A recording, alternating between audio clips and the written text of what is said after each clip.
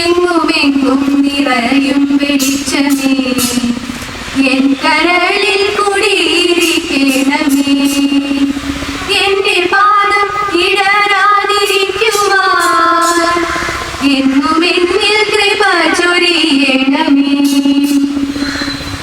പൂവിലൂറുന്ന പുഞ്ചിരി നീയല്ലോ പുസ്തകം തരും ജ്ഞാനവും നീയല്ലോ പുല്ലുമാടവും പൂവണി മേടയും തുല്യമായി തരും ശക്തിയും നീയല്ലോ നല്ല ബുദ്ധിയായി എൻ്റെ മനസ്സിലും നല്ല വാണിയായി നാവിൻ്റെ തുമ്പിലും നല്ല വൃത്തിയായി എൻ പിഞ്ചുകയിലും നന്മയായി നീ നിറഞ്ഞിരിക്കണമേ എങ്ങുമെങ്ങും നിറയും വെളിച്ചമേ എൻ കരളിൽ കുടിയിരിക്കണമേ എന്റെ പാദം ഇടരാതിരിക്കുവാൻ എന്നുമെന്നിൽ കൃപ ചൊരിയണമേ എന്നുമെന്നിൽ കൃപ ചൊരിയണമേ. കവിതയുടെ സൗന്ദര്യമുള്ള ഗദ്യമാണ് ശ്രീ ടി പത്മനാഭന്റെ പ്രത്യേകത. അതീവ ലളിതവും എന്നാൽ അഗാധവുമായ വികാരങ്ങൾ ഉൾക്കൊള്ളുന്ന അദ്ദേഹത്തിന്റെ കഥകളിൽ പ്രണയം, ഏകാന്തത, പ്രകൃതി സ്നേഹം, മനുഷ്യബന്ധങ്ങളിലെ സങ്കീർണതകൾ എല്ലാം പ്രമേയങ്ങളാവുന്നുണ്ട്. വായിച്ചും പറഞ്ഞും കേട്ടും മതിവരാത്ത കാലാതിവർത്തിയായ കഥകളുടെ സുവർണ ഖനി നമുക്ക് മുന്നിൽ തുറന്നുവച്ച കഥകളുടെ കുലപതി ശ്രീ ടി പത്മനാഭനെ ഏറെ സ്നേഹത്തോടെയും ബഹുമാനത്തോടെയും ക്ഷണിക്കുകയാണ് ചടങ്ങ് ഉദ്ഘാടനം ചെയ്തതായി പ്രഖ്യാപിച്ച് സംസാരിക്കുന്നതിനായി. It's my pleasure to request Sri T. Padmanabhan to address the gathering and declare the two-day national seminar on state secularism and democracy, the Nehruvian legacy, inaugurated. ഭദ്രദീപം തെളിയിക്കുകയാണ്.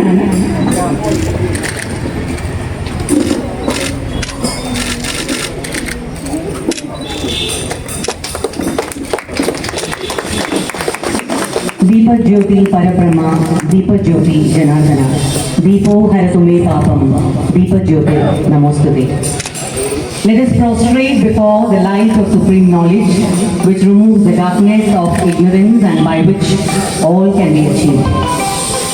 അജ്ഞാനമാകുന്ന അന്ധകാരം മായ്ച്ച് പരമമായ ജ്ഞാനം പ്രദാനം ചെയ്യുന്ന ആ ദിവ്യ ജ്യോതിസിന് പ്രണാമം.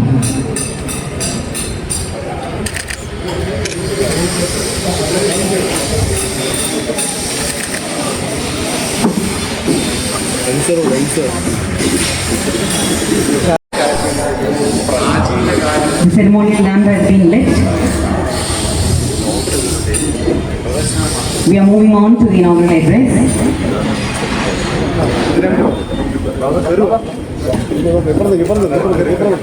It is a moment of immense joy to have the most eminent literature, Sri T. Padmanabhan, to inaugurate this august function. Sir, kindly permit me to formally introduce you to our esteemed guests. Born in Kannur in 1931, Sri T. Padmanabhan is widely regarded and rightly so as the greatest short story writer in Malayalam language. He has been writing short stories.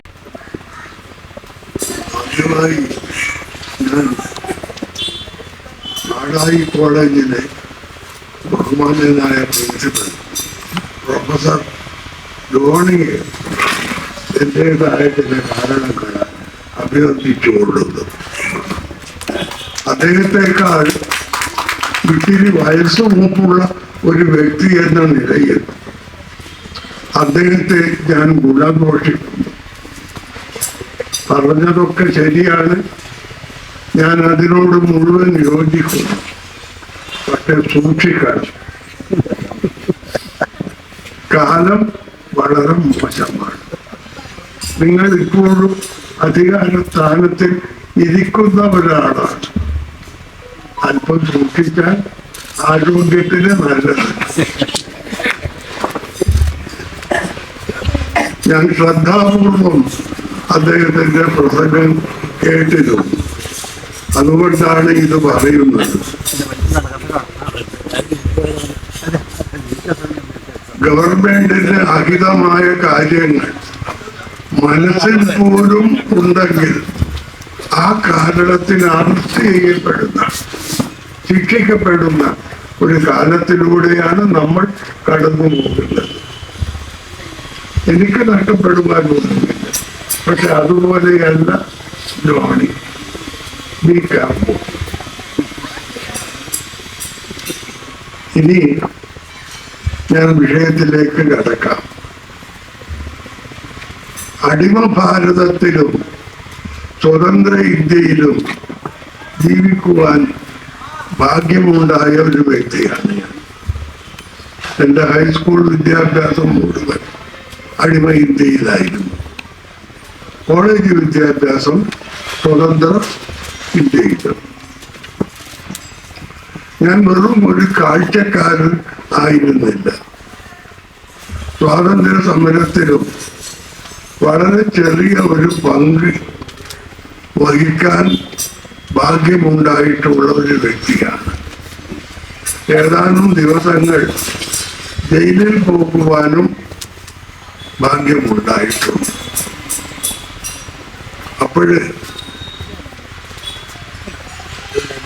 ഇന്നത്തെ വിഷയത്തെ കുറിച്ചൊക്കെ പറയുവാൻ എനിക്ക് അർഹതയുണ്ട് എന്ന് വിശ്വസിക്കുന്ന ഒരു വ്യക്തിയാണ്. ഇവിടെ മഹാത്മാഗാന്ധി എന്നൊരാളുണ്ടായിരുന്നു. ഞാനും എൻ്റെ തലമുറയിൽപ്പെട്ടവരും വിശ്വസിക്കുന്നത് അദ്ദേഹത്തിൻ്റെ നായകത്വത്തിന് കീഴിൽ സമരം ചെയ്തിട്ട് ആണ് നമ്മൾ സ്വാതന്ത്ര്യം സമ്പാദിച്ചത് എന്നാണ്. പ്രത്യേകിച്ചും 1942 ക്വിറ്റ് ഇന്ത്യ സമരം.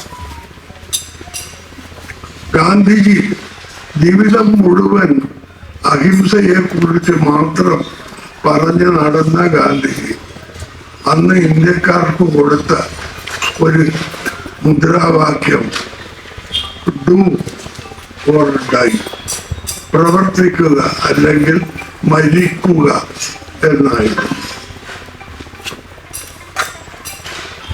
അന്ന് സ്കൂളിൽ വിദ്യാർത്ഥിയായിരുന്ന ഞാൻ ക്വിറ്റ് ഇന്ത്യ സമരത്തിൽ പങ്കെടുത്ത കാലം ഒരാഴ്ച സ്കൂളിൽ നിന്ന് സസ്പെൻഡ് ചെയ്യപ്പെടുകയുണ്ടായി. ഗാന്ധിജി എന്തിനാണ് മരിച്ചത് എന്ന് നമുക്ക് എല്ലാവർക്കും അറിയാം. ഹിന്ദു മുസ്ലിം ഐക്യത്തിന് വേണ്ടിയാണ് അദ്ദേഹം മരിച്ചത്. ഇന്ത്യൻ സ്വാതന്ത്ര്യം സമ്പാദിച്ചപ്പോൾ 47 ആഗസ്റ്റ് 15 മഹാത്മാഗാന്ധി ഡൽഹിയിൽ ഉണ്ടായിരുന്നില്ല. അങ്ങകലെ കിഴക്കൻ ബംഗാള്, ഇന്നത്തെ ബംഗ്ലാദേശ്, കിഴക്കൻ ബംഗാളിൽ നവഖാലിയിൽ ഹിന്ദുക്കളും മുസ്ലിങ്ങളും പോരടിച്ച് ചോരപ്പുഴ ഒഴുക്കുകയായിരുന്നു. ഗാന്ധിജി ഏകനായി, ഒരു പരിവാരവുമില്ലാതെ, ബോഡി ഗാർഡ്സ് ഇല്ലാതെ, ബ്ലാക്ക് കാറ്റ്സ് ഇല്ലാതെ, നോക്കേന്തിയ അനുചരന്മാരുടെ സഹായമില്ലാതെ അവിടുത്തെ തെരുവുകളിലൂടെ നടക്കുകയായിരുന്നു. ഹിന്ദു മുസ്ലിം സമര ഐക്യത്തിന്റെ, സ്നേഹത്തിന്റെ, സഹവർത്തിത്വത്തിന്റെ ആവശ്യകതയെക്കുറിച്ച് ജനങ്ങളോട് ഉദ്ബോധിപ്പിച്ചുകൊണ്ട് അദ്ദേഹം ഏകനായി നടക്കുകയായിരുന്നു. പിന്നീട് അദ്ദേഹം ഡൽഹിയിലേക്ക് മടങ്ങി. അധികകാലമൊന്നും ജീവിച്ചില്ല. 48 തന്നെ മതഭ്രാന്തനായ ഒരു ഹിന്ദു അദ്ദേഹത്തെ വെടിവെച്ച് കൊല്ലുകയും ചെയ്തു. തന്റെ ജീവിതാന്ത്യ കാലത്ത് അദ്ദേഹം പറയുകയുണ്ടായി, എന്റെ കാലശേഷം എന്റെ ശബ്ദം ഇവനിലൂടെയാണ് നിങ്ങൾ എനിക്ക് കേൾക്കുക. ആ ഇവൻ ജവഹർലാൽ നെഹ്റു ആയിരുന്നു. ഗാന്ധിജിക്ക് നെഹ്റുവിൽ അത്രമാത്രം വിശ്വാസമായിരുന്നു. നെഹ്റുവിന്റെ കഴിവ്, ഭാരതത്തോടുകൂടിയുള്ള ഭാരതത്തോട് ഉള്ള അദ്ദേഹത്തിന്റെ സ്നേഹത്തിൽ നെഹ്റുവിന് ഗാന്ധിജിക്ക് അത്രമാത്രം വിശ്വാസമായിരുന്നു. ഗാന്ധിജി പോയതിന് ശേഷം നെഹ്റു ഗാന്ധിജിയുടെ ആ സ്വപ്നം സാക്ഷാത്കരിക്കുവാൻ തന്റെ അന്ത്യകാലം ശ്രമിക്കുകയുണ്ടായി. നെഹ്റു ബഹുമുഖ വ്യക്തിത്വത്തിന്റെ ഉടമയായിരുന്നു. ഞാൻ പലപ്പോഴും വിചാരിച്ചിട്ടുണ്ട്, ഒരു രാഷ്ട്രീയ പ്രവർത്തകൻ ആയിരുന്നില്ലെങ്കിൽ അദ്ദേഹം ഒരിക്കലും ബാരിസ്റ്റർ പണിക്കൊന്നും പോകില്ല. ബാരിസ്റ്റർ ഭാഗം പാസ്സായിട്ടുണ്ടെങ്കിലും അതിനൊന്നും പോകില്ല. അദ്ദേഹം ഒരു കവിയാകുമായിരുന്നു എന്നാണ് ഞാൻ വിശ്വസിക്കുന്നത്. ഈ വിശ്വാസത്തിന്റെ അടിസ്ഥാനം അദ്ദേഹത്തിന്റെ മനോഹരമായ കൃതികൾ, അത്യന്തം സുന്ദരമായ കൃതികൾ, ഇംഗ്ലീഷ് ഭാഷയുടെ ശക്തിയും സൗന്ദര്യവും നമുക്ക് മനസ്സിലാക്കി തന്ന അദ്ദേഹത്തിന്റെ കൃതികൾ, അവ മാത്രം മതി ഞാൻ ഈ പറഞ്ഞതിനെ സാധൂകരിക്കാൻ. രാഷ്ട്രീയക്കാരനല്ലായിരുന്നെങ്കിൽ, ഭരണാധികാരി അല്ലായിരുന്നെങ്കിൽ അദ്ദേഹം ഒരു കവിയാകുമായിരുന്നു. കൂട്ടത്തിൽ ഒരു കാര്യം കൂടി പറഞ്ഞുകൊണ്ട്, ഈ പുസ്തകങ്ങൾ പലതും അദ്ദേഹം എഴുതിയത് ജയിലിനുള്ളിൽ ഒരു തടവുകാരനായി കിടക്കുമ്പോഴായിരുന്നു. റഫർ ചെയ്യുവാൻ അദ്ദേഹത്തിന് ഒരു പുസ്തകവും ഉണ്ടായിരുന്നില്ല.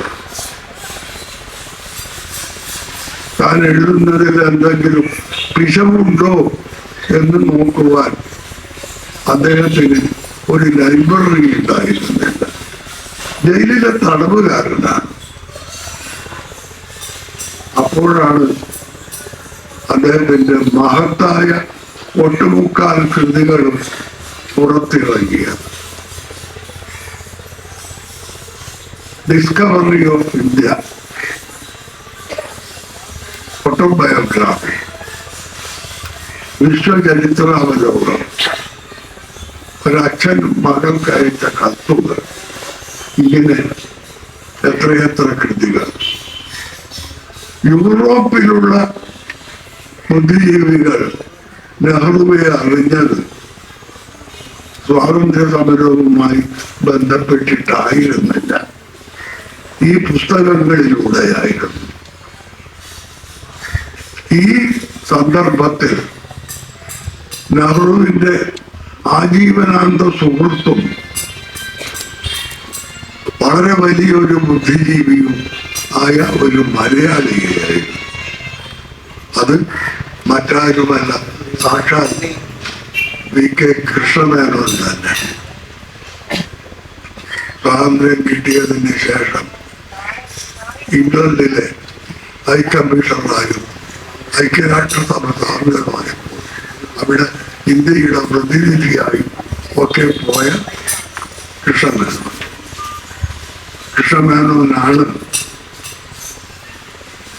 നെഹ്റുവിന്റെ പുസ്തകങ്ങളെ യൂറോപ്പിലുള്ള ജനങ്ങൾക്ക് പരിചയപ്പെടുത്തി കൊടുത്തിയത്. ഞാൻ പറഞ്ഞു, ബഹുമുഖ വ്യക്തിത്വം, കവി എന്നൊക്കെ. അദ്ദേഹത്തിന് അതേസമയം തന്നെ ശാസ്ത്രീയമായ കാഴ്ചപ്പാടുകൾ, തികച്ചും ശാസ്ത്രീയമായ കാഴ്ചപ്പാടുകൾ, ഇവയുടെ ഉടമയുമായിരുന്നു ജവഹർലാൽ നെഹ്റു. അദ്ദേഹം ഈ പുസ്തകങ്ങളുടെ കൂട്ടത്തിൽ പറയേണ്ട മറ്റൊരു മഹത്തായ കൃതിയുണ്ട്. 2-3 പേജ് മാത്രമേ ആ കൃതിക്കുള്ളൂ. 2-3 പേജ് മാത്രം. ഉള്ള അത്യന്തം മഹത്തായ, അത്യന്തം സുന്ദരമായ വികാരം തുടിച്ചു നിൽക്കുന്ന ഒരു രേഖയാണ് ഈ ഞാൻ പറഞ്ഞ ഒരു 2-3 പേജ് മാത്രമുള്ള കൃതി. അത് അദ്ദേഹത്തിൻ്റെ ഒസ്യത്തായിരുന്നു. ഒസ്യത്ത് അദ്ദേഹം താൻ മരിച്ചാൽ തൻ്റെ ഭൗതികാവശിഷ്ടം ചാരം എന്താണ് ചെയ്യേണ്ടതെന്ന് പറഞ്ഞിട്ടുണ്ട്. അത് 2 കാര്യങ്ങൾ. ഒന്ന്, ഗംഗയിൽ ഈ ചാരത്തിൻ്റെ 3/4 ഭാഗവും നിങ്ങൾ വിതറണം. ബാക്കിയുള്ളത് ഇന്ത്യയിലെ വയലേലകളിൽ പ്രവർത്തിയെടുക്കുന്ന കർഷകരുടെ കൃഷിയിടങ്ങളിൽ ആകാശത്ത് നിന്ന് വിതറണം. ഇത് 2മാണ് അദ്ദേഹം പറഞ്ഞത്. അതിമനോഹരമായ വികാരം തുടിക്കുന്ന ഭാഷയിൽ ആണ് ഈ ഒസ്യത്ത്. വായിക്കേണ്ടതാണ്. ഗംഗ ഇന്ത്യയുടെ സംസ്കാരവുമായി ഏറെ ബന്ധപ്പെട്ട് കിടക്കുന്ന ഒരു നദിയാണ്. പിന്നെ ആധുനിക ഇന്ത്യയെ ഇന്ത്യയാക്കുന്നത് ഇവിടുത്തെ പാവപ്പെട്ട കൃഷിക്കാരാണ്. ഈ കൃഷിക്കാരുടെ നന്മക്ക് വേണ്ടി അവരുടെ വരണ്ട് കിടക്കുന്ന പാടങ്ങളെ കൃഷിയോഗ്യമാക്കി തീർക്കുവാൻ, അവർക്ക് വെള്ളം എത്തിച്ചു കൊടുക്കാൻ ബക്ര ഡങ്കൽ അണക്കെട്ട് കെട്ടിയത് നെഹ്റുവായിരുന്നു.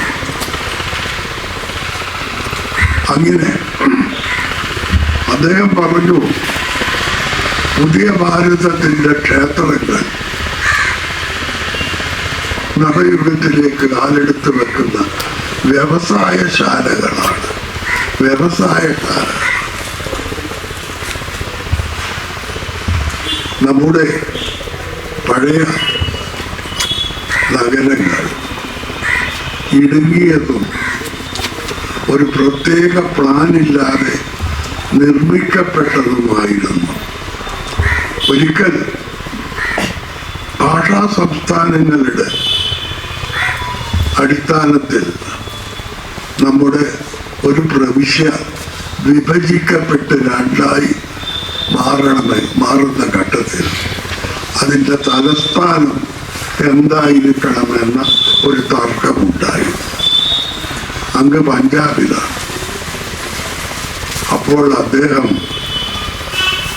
ലോക പ്രശസ്ത വാസ്തുശില്പിയായ ലേ കോർബൂഷിയെ ക്ഷണിച്ചു വരുത്തി ഒരു പുതിയ നഗരം തന്നെ സൃഷ്ടിക്കുകയുണ്ടായി. അതിമനോഹരമായ ഒരു പുതിയ നഗരം, അതാണ് ചണ്ഡീഗഡ്. അവിടുത്തെ ഉദ്യാനങ്ങൾ, അവിടുത്തെ വിദ്യാലയങ്ങൾ, അവിടുത്തെ വ്യവസായശാലകൾ, അവിടുത്തെ കൃഷിയിടങ്ങൾ എല്ലാം കാണേണ്ടതാണ്. ഒരു പ്ലാനോടുകൂടി നിർമ്മിക്കപ്പെട്ട ഇന്ത്യയിലെ ആദ്യത്തെ ഒരു നഗരം.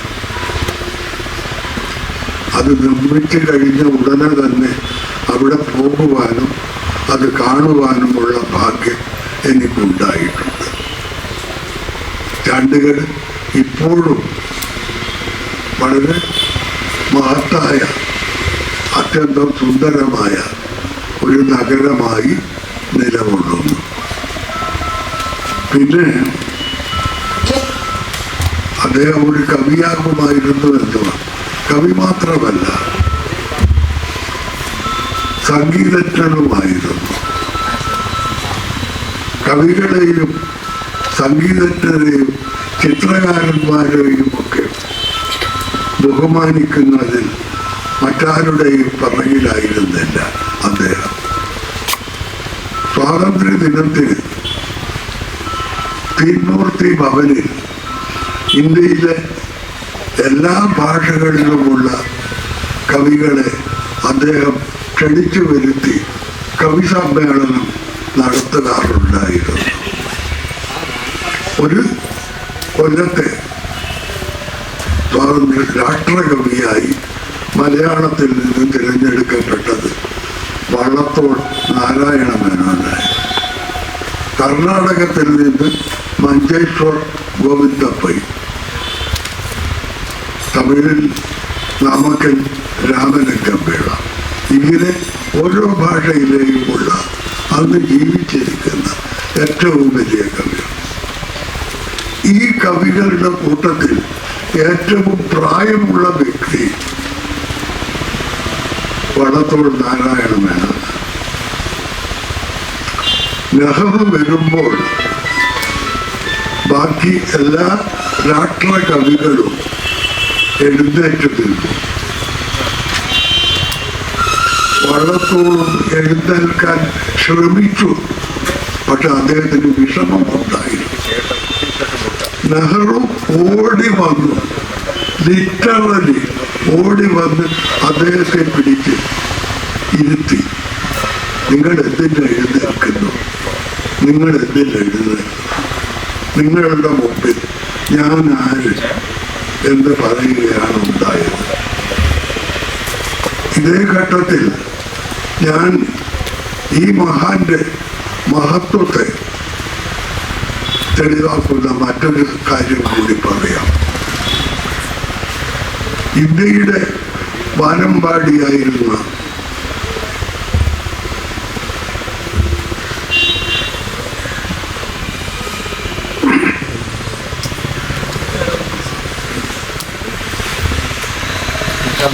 ലതാ മങ്കേഷ്കർ എം എസ് സുബ്ബലക്ഷ്മി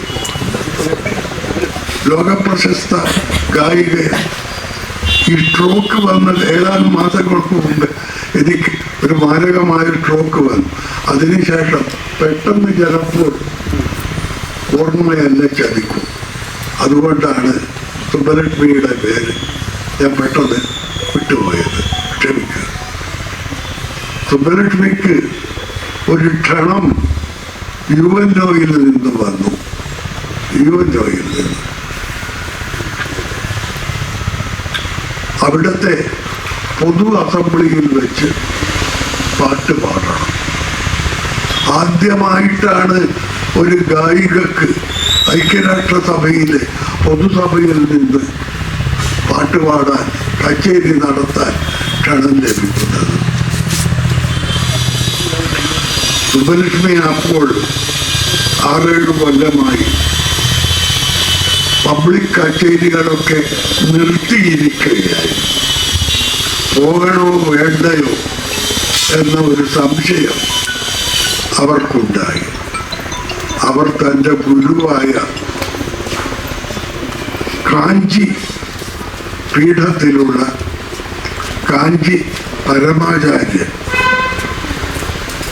മൂത്തിട്ട് പരമാചാര്യനല്ല ആയതല്ല അന്നത്തെ കാഞ്ചി പരമാചാര്യൻ, അദ്ദേഹത്തിന് അറിയാത്തതൊന്നും ഉണ്ടായിരുന്നില്ല. കവിയായിരുന്നു, ഗായകനായിരുന്നു, ചിന്തകനായിരുന്നു, മനുഷ്യസ്നേഹിയായിരുന്നു. സർവമത സമഭാവനയുടെ ഏറ്റവും വലിയ ഉദാഹരണം. അദ്ദേഹത്തിൻ്റെ അടുക്കൽ പോയി ചോദിച്ചു, ഈ ഇൻവിറ്റേഷൻ കാണിച്ചു, ഞാനെന്താ വേണ്ടത്, പോകണോ വേണ്ടയോ?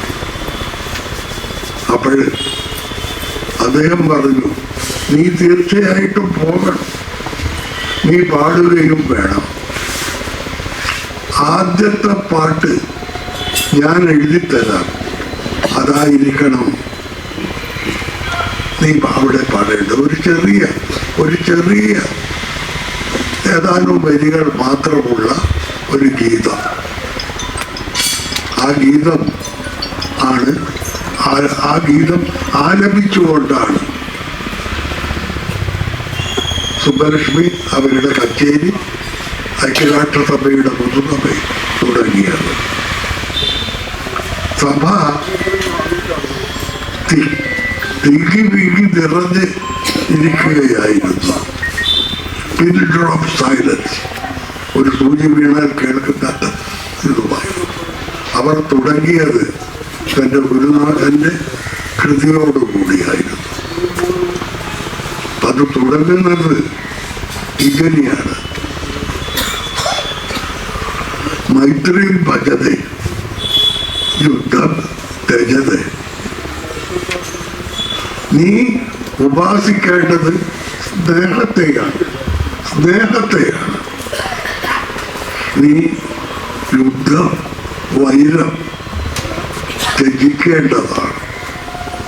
അവസാനം ആ ഗീതത്തിൽ കാഞ്ചി പരമാചാര്യൻ എഴുതുകയുണ്ടായി: ശ്രേയോ ഭൂയാൻ സകല ജനാനാം.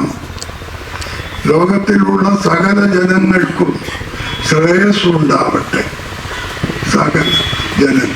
സകല ഹിന്ദുക്കൾക്കും ശ്രേയസ്സുണ്ടാവട്ടെ എന്നല്ല കാഞ്ചി പരമാചാര്യൻ എഴുതിയതെന്ന് നാം മറക്കരുത്.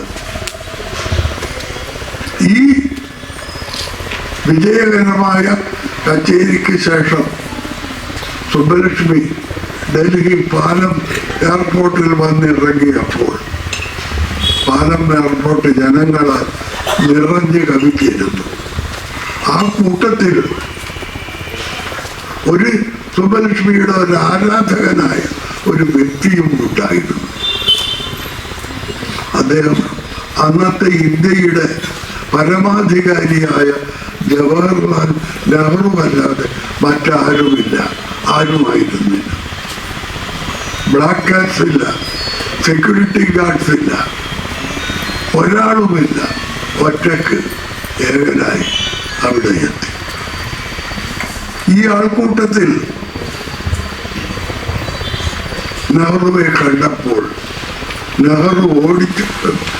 കണ്ടപ്പോൾ സുബ്ബലക്ഷ്മി ഓടിച്ചെന്ന് അദ്ദേഹത്തിൻ്റെ കാൽക്കൽ നമസ്കരിക്കുവാൻ ശ്രമിച്ചപ്പോൾ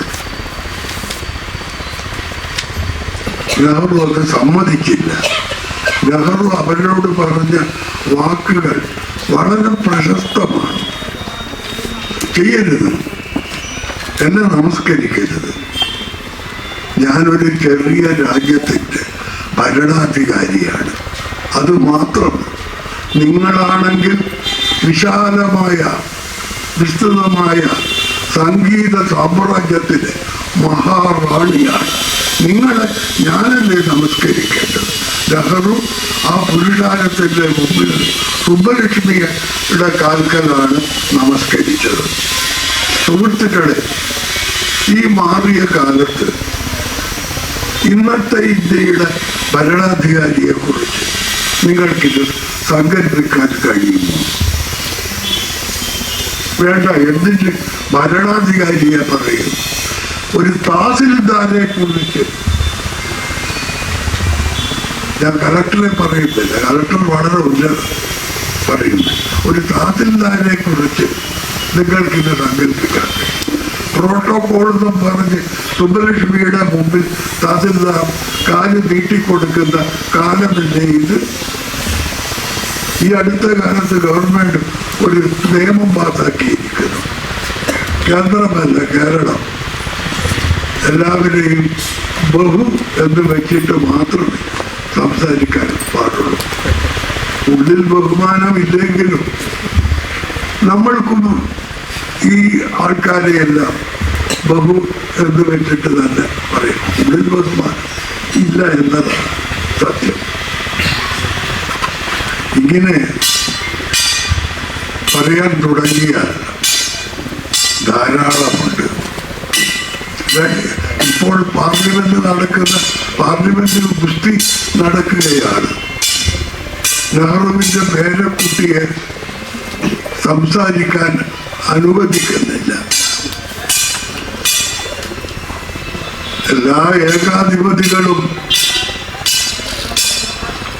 രാജ്യഭാരം തുടങ്ങിയാൽ ഏകാധിപതികൾ ലോകത്തെവിടെയും തുടങ്ങുമ്പോൾ തന്നെ ചെയ്യുന്ന ഒരു സൽപ്രവൃത്തിയുണ്ട്. ചരിത്ര പുസ്തകങ്ങൾ ദഹിപ്പിച്ചു കളയുക. ചരിത്രം അവർ ഏറ്റവും ഭയക്കുന്നത് ചരിത്ര പുസ്തകങ്ങളെയാണ്. അതിനുശേഷം ഇവരുടെ ഓർമ്മകൾ എവിടെയെങ്കിലും നിൽക്കുന്നുണ്ടെങ്കിൽ അതൊക്കെ മായ്ച്ചു കളയുക. സ്റ്റാലിനും ഹിറ്റ്ലറും ഒക്കെ ചെയ്തത്, മുസോളിനി ഒക്കെ ചെയ്തത് ഇതായിരുന്നു. നമ്മുടെ ഇന്ത്യയിലും ഇതുണ്ടോ ഇല്ലയോ എന്ന് നിങ്ങൾ തീരുമാനിച്ചു കൊള്ളുക. എനിക്ക് ജോണിയെ പോലുള്ള ധൈര്യമില്ല. അതുകൊണ്ട് ഞാൻ പറയുന്നില്ല. ഒരു പ്രമേയം പാർലമെന്റിൽ പാസാക്കുവാനുണ്ട്. ജനങ്ങളുടെ വോട്ട് കൊണ്ട് ജയിച്ച പാർലമെന്റിലെത്തിയ, ജനങ്ങളുടെ സമ്മതി കൊണ്ട് പ്രതിപക്ഷ നേതാവായ രാഹുൽ ഗാന്ധിയെ പാർലമെന്റിൽ നിന്ന് പുറത്താക്കണം. പ്രമേയം കൊണ്ടുവരാൻ പോകുകയാണ്. അത് പാസാക്കും, അത് നടപ്പിലാക്കും. സുപ്രീം കോടതിയിൽ പോയാൽ നിലനിൽക്കുമോ എന്നത് വേറെ കാര്യം. അത് വേറെ കാര്യം ഇരിക്കട്ടെ. പാർലമെന്റിൽ നെഹ്റു എങ്ങനെയാണ് പെരുമാറിയത് എന്നതിനെ കുറിച്ച് ഞാൻ 2 ഉദാഹരണം പറയാം. അന്ന് കോൺഗ്രസിന് മൃഗീയ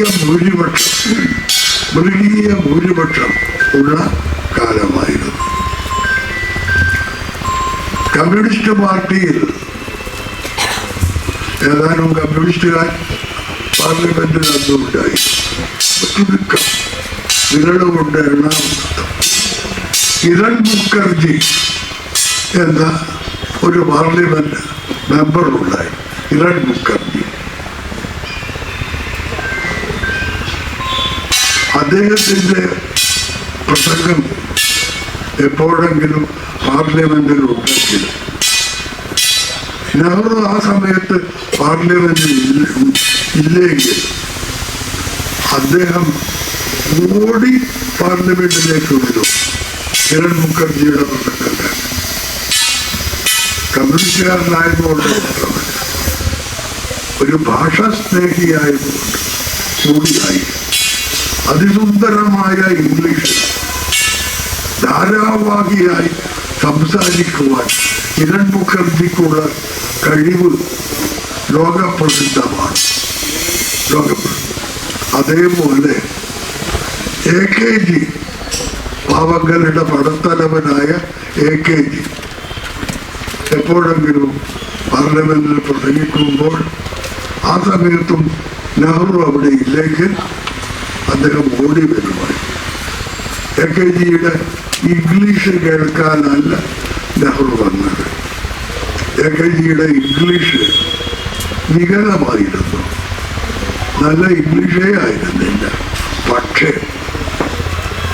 ഇന്ത്യയിലെ പാവപ്പെട്ട ജനങ്ങളുടെ ഉൾത്തുടിപ്പ് അദ്ദേഹത്തിന്റെ ഓരോ വാക്കിലും ഉണ്ടായിരുന്നു.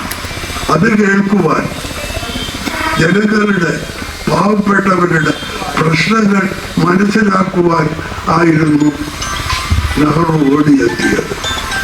AKGയേക്കാൾ ഇത് ഇത്രയും സ്വാനുഭവത്തിന്റെ അടിസ്ഥാനത്തിൽ പറയുവാൻ കഴിവുള്ളൊരു വ്യക്തി അന്ന് ഇന്ത്യയിലുണ്ടായിരുന്നില്ല. രാഷ്ട്രീയമായ ഒരു ഭിന്നാഭിപ്രായവും നെഹ്റുവിന് തടസ്സമായിരുന്നില്ല. ഇന്നെന്താ സ്ഥിതി?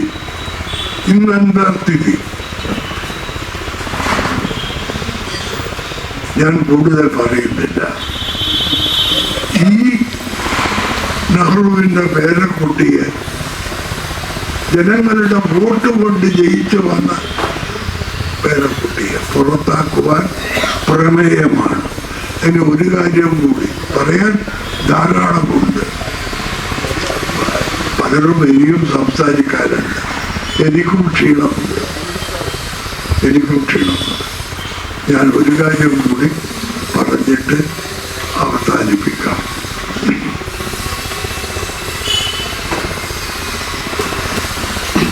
നമ്മളിപ്പോൾ വളരെ ആപൽക്കരമായ ഒരു കാലത്തെയാണ് അഭിമുഖീകരിക്കാൻ പോകുന്നത്. ഇന്ത്യയിൽ എന്താണ് സംഭവിക്കുക എന്ന് പ്രവചിക്കുവാൻ കഴിയാത്ത അത്ര ഭീകരമായ ഒരു കാലം ഇവിടെ വരാൻ പോകുന്നുണ്ട് എന്ന് ഞാൻ കാണുന്നു, മുൻകൂട്ടി കാണുന്നു. അതിതാണ് വന്ദേ മാതരം. ഇന്നത്തെ മാതൃഭൂമിയിലെ മുഖപുസ്തകം അതാണ്. ബങ്കിം ചന്ദ്ര ചാറ്റർജി മഹാനായ സാഹിത്യകാരനാണ്. അദ്ദേഹത്തിൻ്റെ ആനന്ദമഠം മാത്രമല്ല, ദുർഗേശാനന്ദിനിയും കൃഷ്ണകാന്തൻ്റെ ഒസ്യത്തും അതുപോലുള്ള പുസ്തകങ്ങളൊക്കെ വായിച്ച് വളർന്നവനാണ് ഞാൻ. ആനന്ദമഠത്തിൽ ഒരു പ്രത്യേക സാഹചര്യത്തിൽ എഴുതിയ ശ്ലോകമാണ്, ഗീതമാണ് വന്ദേ മാതരം. അതിൽ പാടണം എന്ന് നിർബന്ധപൂർവമായ നിയമം കൊണ്ടുവന്നിരിക്കുന്നു. Mandatory. You should seek it. അല്ലെങ്കിൽ നിങ്ങളുടെ പേരിൽ നടപടിയുണ്ടാവും. മഹാത്മാഗാന്ധി ഹിന്ദു മുസ്ലിം ഐക്യത്തിനു വേണ്ടി സ്വജീവിതം ഹോമിച്ചു. ബാക്കിയുള്ളവരും അതുപോലെ തന്നെ.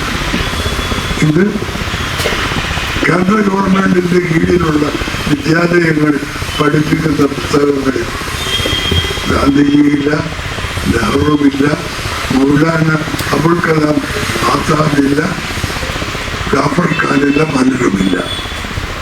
എന്തിനേറെ ചാൾസ് ഡാർവിൻ പോലും ആ ലിസ്റ്റിൽ പെടുത്തിയിരിക്കും. കുട്ടികൾ പഠിക്കാൻ പാടില്ലാത്ത പുസ്തകങ്ങളുടെ ലിസ്റ്റിൽ ചാൾസ് ഡാർവിൻ പോലും ഉൾപ്പെടുത്തിയിരിക്കുന്നു. അപ്പോഴാണ് ഈ ഒരു നിയമം കൊണ്ടുവന്നത്. ഈ ഒരു നിയമം എന്തിനാണ് കൊണ്ടുവന്നിരിക്കുന്നത് നമുക്കെല്ലാവർക്കും അറിയാം. ഇന്ത്യയെ ഒരു ഹിന്ദു രാഷ്ട്രം ആക്കി തീർക്കുവാനാണ് എന്നുള്ളത് സർവവിദിതമാണ്. കാഞ്ചി പരമാചാര്യൻ ഹിന്ദുവായിരുന്നു. ഈ പാവപ്പെട്ട ഞാൻ ഹിന്ദുവാണ്. രമണ മഹർഷി ഹിന്ദുവാണ്. ഷിർദിയിലെ ബാബ ഹിന്ദുവാണ്. നാരായണ ഗുരുസ്വാമി ഹിന്ദുവാണ്. ചട്ടമ്പി സ്വാമി ഹിന്ദുവാണ്. അങ്ങനെ ധാരാളം ഹിന്ദുക്കളെ, ഹിന്ദു സന്യാസിമാരെ നാം കണ്ടിട്ടുണ്ട്. പക്ഷെ ഈ സന്യാസിയെ നാം ആദ്യമായിട്ടാണ് കാണുന്നത്. ശാന്തമായി കിടക്കുന്ന ഭാരതത്തിലെ അന്തരീക്ഷത്തെ വികലമാക്കുവാൻ, പ്രക്ഷുബ്ധമാക്കുവാൻ ഈ ഒരു ടൈമോ ഉതകും എന്ന് ഭരണാധികാരികൾക്കറിയാം.